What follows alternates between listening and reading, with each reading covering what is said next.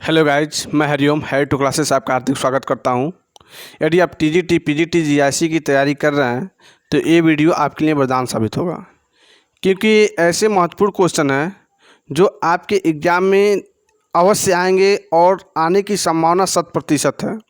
क्योंकि ये खुद एक क्वेश्चन पेपर है जो पीसीएस लेवल के स्तर का है और टीजीटी का संबंध जो है वो मान के चलिए इस समय जो क्वेश्चन पेपर आने वाला है, क्योंकि टीजीटी में इंटरव्यू हट गया है और जो लेवल है कहीं ना कहीं आपको इसमें देखने के लिए मिलेगा। और इस वीडियो को यदि आप पूरा देखते हैं तो आपको अपनी तैयारी का आंकलन भी पता चलेगा कि आप कितने एग्ज़ाम के लिए तैयार हैं। तो चलिए हम वीडियो की शुरुआत करते हैं सीधे क्वेश्चन के साथ।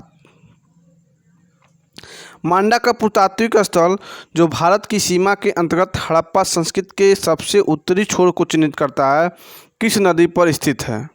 तो किस नदी पर स्थित है? तो आपको पता है कि जो मांडा है चिनाब नदी पर स्थित है। इसकी व्याख्या हम देखते हैं हल्का सा कि मांडा जम्मू से 28 किलोमीटर की दूरी पर चिनाब नदी के दक्षिणी किनारे पर स्थित है और यह उत्तरी स्थल है।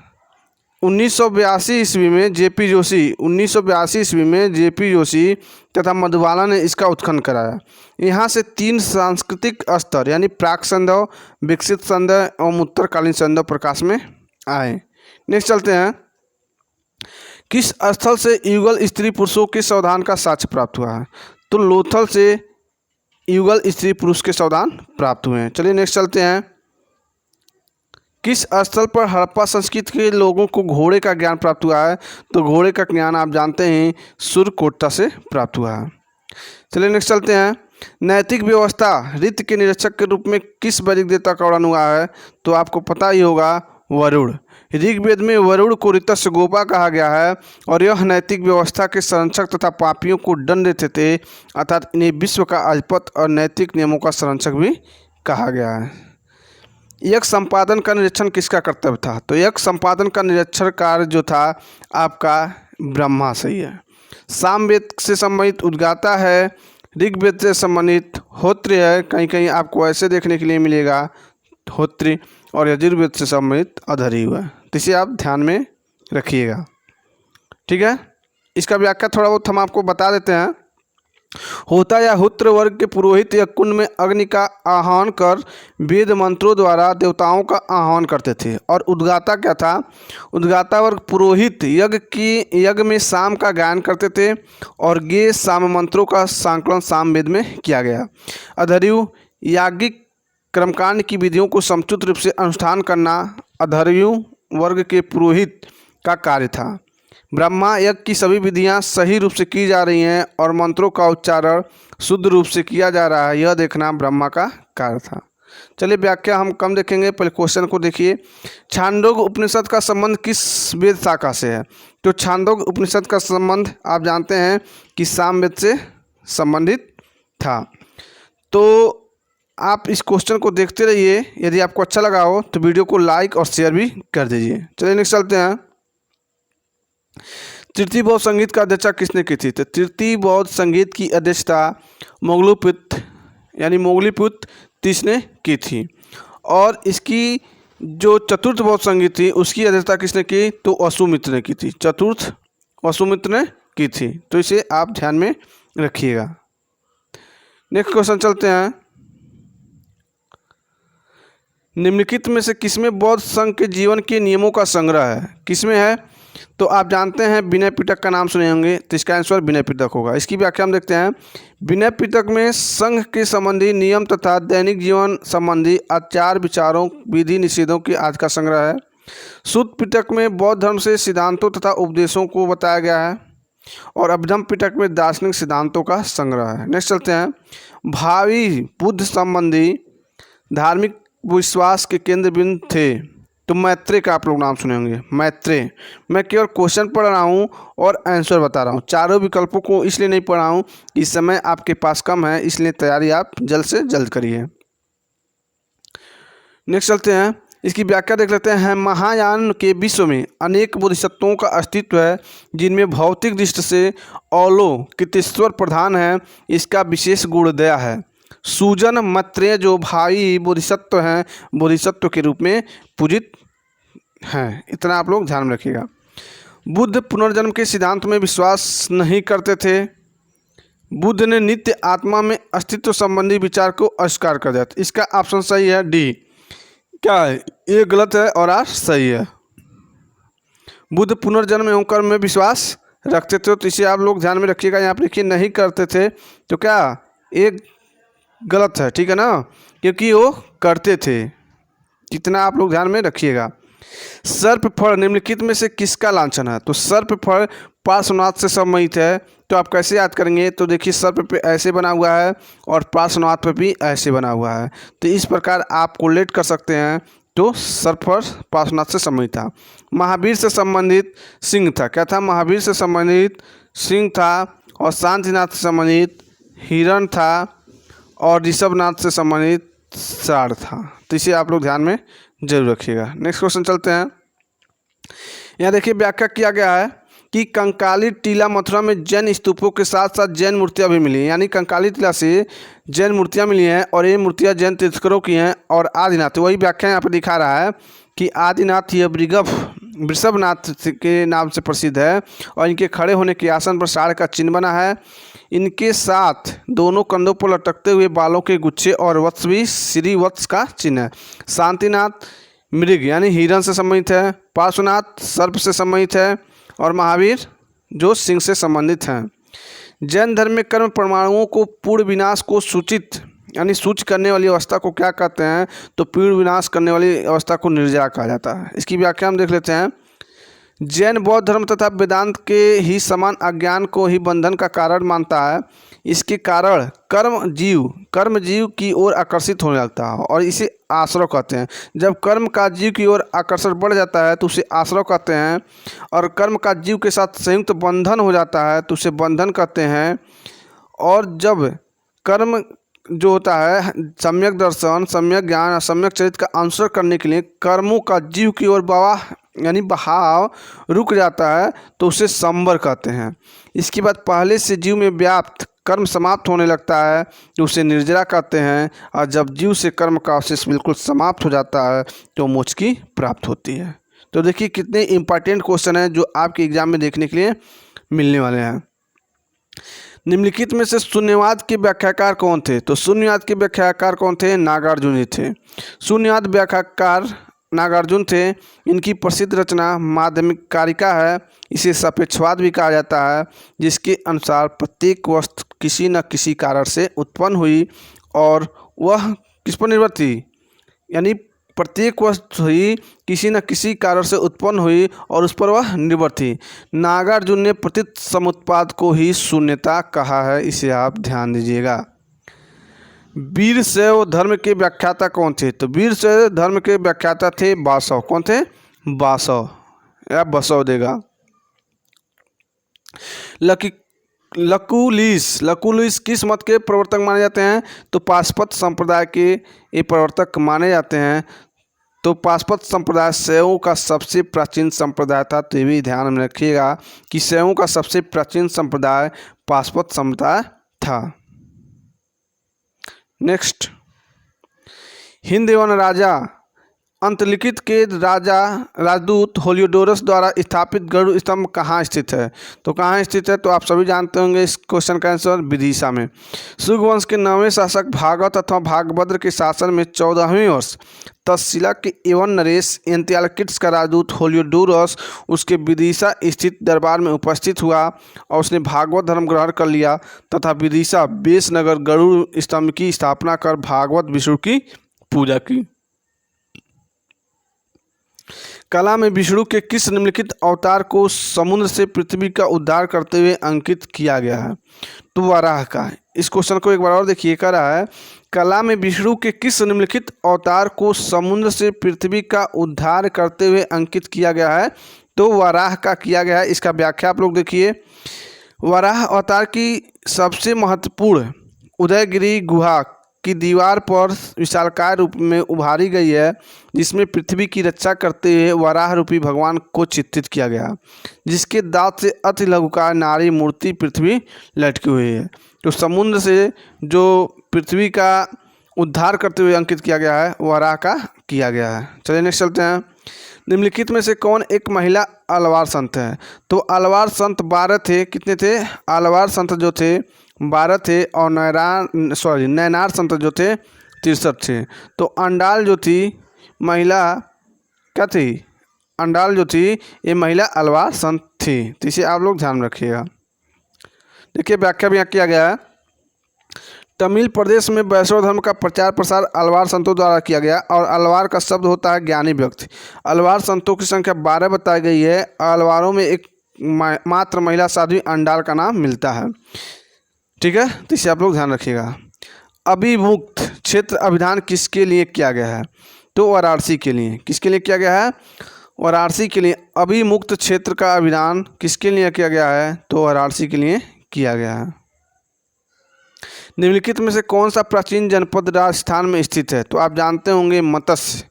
मत्स्य जो था वो आपके राजस्थान में स्थित है और राजस्थान प्रांत के जयपुर क्षेत्र में मत्स्य महाजनपद बसा हुआ है। इसके अंतर्गत वर्तमान अलवर का संपूर्ण भाग तथा भरतपुर का एक भाग भी सम्मिलित था। ठीक है, यहाँ की राजधानी विराटनगर थी। चलिए नेक्स्ट चलते हैं। बिंदुसार की राजसभा में आने वाला सीरिया का राजदूत कौन था? तो डायमेकस था। कौन था?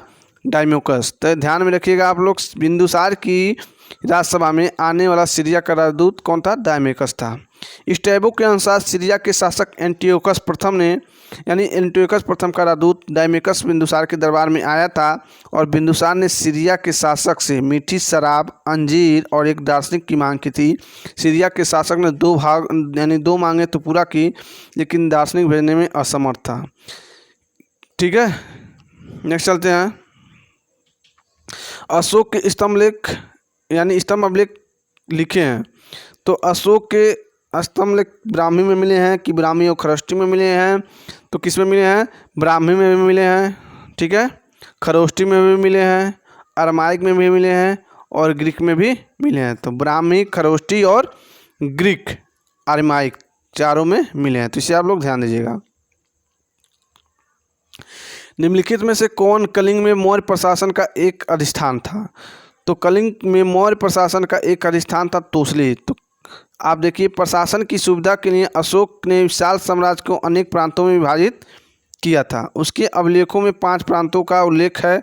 उत्तरापथ की राजधानी थी तक्षशिला, अवंतीरथ का उज्जैन, कलिंग का तोसली और दक्षिणापथ का सुवर्णगुड़ी और प्राच्य का या पूर्वी प्रदेश का पाटलिपुत्र। इसे आप लोग ध्यान में रखिएगा, बहुत इंपॉर्टेंट क्वेश्चन है। कौटिल्य के अर्थशास्त्र में निम्नोक्त में से किस अधिकारी को कर वसूल करने का कार्य दिया गया था? तो समाहर्ता का। किसे दिया गया था? जो कर वसूलने का कार्य था वो समाहर्ता का था और सन्निधाता जो था कोषाध्यक्ष था। देखिए यहाँ व्याख्या देखते हैं। राजस्व एकत्र करना, आय व्यय का व्याख्या करना या ब्यौरा रखना तथा वार्षिक बजट पर तैयार करना ये समाहर्ता का काम होता था और देहाती क्षेत्र में शासन भी इसी के अधीन रहता था। इस प्रकार समाहर्ता एक प्रकार से आधुनिक वित्त मंत्री, गृह मंत्री कर्तव्यों को पूरा करता था और संविधाता एक प्रकार का कोषाध्यक्ष था। चलिए नेक्स्ट चलते हैं। पौत्याध्यक्ष का कार्य किसका निरीक्षण था? तो पौत्याध्यक्ष संबंधित था मापतौल से। किससे संबंधित था? मापतौल से संबंधित था। सिक्कों का ढालना किससे संबंधित था? तो लक्षणाध्यक्ष से संबंधित था। तो इसे आप लोग ध्यान में रखिएगा। चलिए नेक्स्ट चलते हैं। प्राचीन भारत में अच्छे घोड़ों के लिए निम्नलिखित में से कौन सा स्थान प्रसिद्ध था? तो कम्बोज का आप लोग नाम सुने होंगे। तो प्राचीन भारत में अच्छे घोड़ों के लिए कम्बोज जो था वो प्रसिद्ध था। ईसा पूर्व 6वीं शताब्दी का कम्बोज एक महाजनपद था जिसका उल्लेख गांधार के साथ मिलता है। समानतः इस राज्य का विस्तार दक्षिणी पश्चिमी कश्मीर से लेकर हिंदू कुश तक था। ठीक है, जिसकी राजधानी राजपुर अथवा हाटक थी। लाजपुर यानी हाटक थी। कम्बोज अच्छे घोड़ों के विक्रय के लिए प्रसिद्ध था।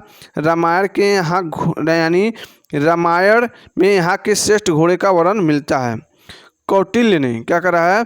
कौटिल्य ने कम्बोजों को वार्ता शस्त्रोपजीवी क्या लिखा है? देखिए, वार्ता शस्त्रोपजीवी संघ अर्थात कृषि, पशुपालन, वाणिज्य तथा शस्त्रास्त्र से जीविका चलाने वाला कहा गया है। ठीक है, नेक्स्ट चलते हैं। शक एवं गुप्त सम्मतों के बीच लगभग कितना अंतर है? तो 241 या 242। कहीं कहीं 241 देता है, कहीं कहीं 242 देता है। तो इसे आप लोग समझिएगा। देखिए अब यहाँ पे समझने का प्रयास करिएगा। कि जो शक संवत था वो किसने चलाया था? तो शक संवत कनिष्क चलाया था 78 ईस्वी में, ठीक है। और गुप्त संवत जो था 319 ईस्वी में चला था। किसने चला था? चंद्रगुप्त प्रथम ने। जब दोनों में हम अंतर करेंगे तो 242 आएगा, ठीक है। इसे आप लोग ध्यान में रखिएगा। तो नेक्स्ट चलते हैं। पद्रीपपुत्र किन राजाओं के स्तुतिपरक कविताओं का संग्रह है? तो चेर का। क्या है? चेर का। अष्टपदावलियों में चौथा संग्रह पद्रीपपुत्र है। इसने मौलिक रूप से 10 कविताएं संकलित है। क्या है? इसमें मौलिक रूप से 10 कविताएं संकलित है और प्रत्येक में 10 श्लोक है। तो यहाँ पे ध्यान रखिएगा, उपलब्ध 80 श्लोकों में आठम चेर शासकों की प्रशस्त मिलती है। तो मैं फिर कह रहा हूँ कि पद्रीपपुत्र किन राजाओं के स्तुतिपरक कविताओं का संग्रह है? तो चेर। अष्टपदावलियों में चौथा संग्रह, जो अष्टपदावलियों की रचना हुई उसी में चौथा संग्रह जो है पद्रीपपुत्र है। और इस मौलिक रूप में 10 कविताएं संकलित हैं और प्रत्येक में 10 श्लोक भी हैं। इसे आप लोग ध्यान रखिएगा। वह श्रेणी जो कुमारगुप्त प्रथम के काल में लाट से आकर 10पुर में बस गई, किस वस्त्र का व्यापार करते थे? तो पट्टवस्त्र। किसका? पत्रवस्त्र का। चलिए नेक्स्ट चलते हैं। निम्नलिखित में से कौन स्त्री धन का प्रथम उत्तराधिकारी होता है? तो पुत्री। आप इसे जानते होंगे, याज्ञवल्क्य स्मृति के अनुसार पुत्री प्रथम उत्तराधिकारी होता है। प्राचीन भारत में निम्नलिखित में से कौन सा पुत्र धर्म में समावेश नहीं है? तो पुत्र धर्म जो होता था उसमें यज्ञ संबंधित नहीं था। मंदिरों का निर्माण पुत्र धर्म में सही था। गहरे कूपों और तड़ागों को खुदवाना सही था, यानी पुत्र धर्म के अंतर्गत आता था। और सार्वजनिक उद्यानों की व्यवस्था, यानी सार्वजनिक कार्य करना जो था पुत्र धर्म के अंतर्गत आता था। तो इसकी व्याख्या देखते हैं। पुराणों में पुत्र धर्म को सबसे बड़ा धर्म कहा गया। और मंदिर बनवाने, आप ध्यान दीजिएगा, मंदिर बनवाने, तालाब खुदवाने और सार्वजनिक सेवा में धार्मिक कार्य माना जाता था। इन्हें ही पुत्र धर्म माना जाता था। इस काल में व्यापक स्तर पर मंदिरों के निर्माण पुत्र धर्म सिद्धांत का विशेष योगदान था। यह जो था पुत्र धर्म में समावेश नहीं था। नेक्स्ट चलते हैं। निम्नलिखित में से विद्या के किस क्षेत्र में ब्रह्मागुप्त प्रसिद्ध थे? तो ब्रह्मागुप्त को आप जानते हैं कि गणित से संबंधित थे। वे भिन्न मल क्या थे? भिन्नमल निवास के विष्णु के पुत्र थे, ठीक है। उनकी प्रसिद्ध एक कृत है ब्रह्मागुप्त की ब्रह्मस्पात, यानी ब्रह्म स्फुट सिद्धांत। क्या था? ब्रह्म स्फुट सिद्धांत। 628 ईस्वी में यह पुस्तक लिखा गया था और इसमें वित्तीय चतुर्भुजों, वर्गों, अधिकारों आदि की परिभाषा दिया गया है। नेक्स्ट चलते हैं। गुप्तोत्तरकालीन सामाजिक एवं सांस्कृतिक अवस्था के संबंध में निम्नलिखित में से कौन सा कथन सत्य नहीं है? तो भूमि अनुदानों की संख्या में वृद्धि हुई। जब गुप्तोत्तर काल आया, यानी गुप्त काल समाप्त होने के बाद जो समय आया, उस समय सामाजिक और सांस्कृतिक संबंध में ये बातें दी गई हैं। तो उस समय भूमि अनुदानों की संख्या में वृद्धि हुई थी। हाँ, एकदम बिल्कुल हुई थी। जातियों की संख्या में भी वृद्धि हुई थी। केंद्रीय नियंत्रण में वृद्धि हुई थी? नहीं, केंद्रीय नियंत्रण में कमी हुई थी। क्या हुई थी? कमी हुई थी उस समय। तांत्रिक क्रियाकलापों में वृद्धि हुई। तो तीसरा ऑप्शन सही है। आप क्वेश्चन पढ़िएगा तो नहीं पे जरूर ध्यान दीजिएगा एक बार। चलिए नेक्स्ट चलते हैं।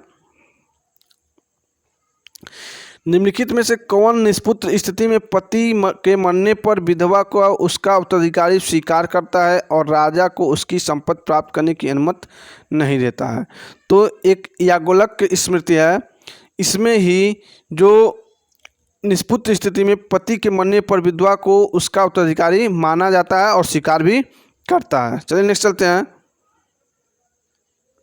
निम्नलिखित में से किस प्रकार के विवाह में कन्या के पिता द्वारा एक जोड़ी गाय गोमिथुन लेने की प्रथा थी? तो आर्ष विवाह में। क्या था? ये चौथा विवाह था। आर्ष विवाह में कन्या के पिता को वर को कन्या के प्रदान करने के बदले एक जोड़ी गाय और बैल दिया जाता था। चलिए नेक्स्ट चलते हैं। पूरे मध्यकाल में उदंग्र शब्द से क्या तात्पर्य था? तो कृषि की उपज में राज्य का हिस्सा। क्या था? कृषि के उपज में राज्य का हिस्सा ही उदंग्र शब्द का तात्पर्य था, इसका आशय था। तो आप ध्यान रखिएगा कि पूर्व मध्यकाल में उदंग्र शब्द का क्या तात्पर्य था? तो कृषि की उपज में राज्य का हिस्सा। नेक्स्ट चलते हैं। यहाँ व्याख्या देख लीजिए।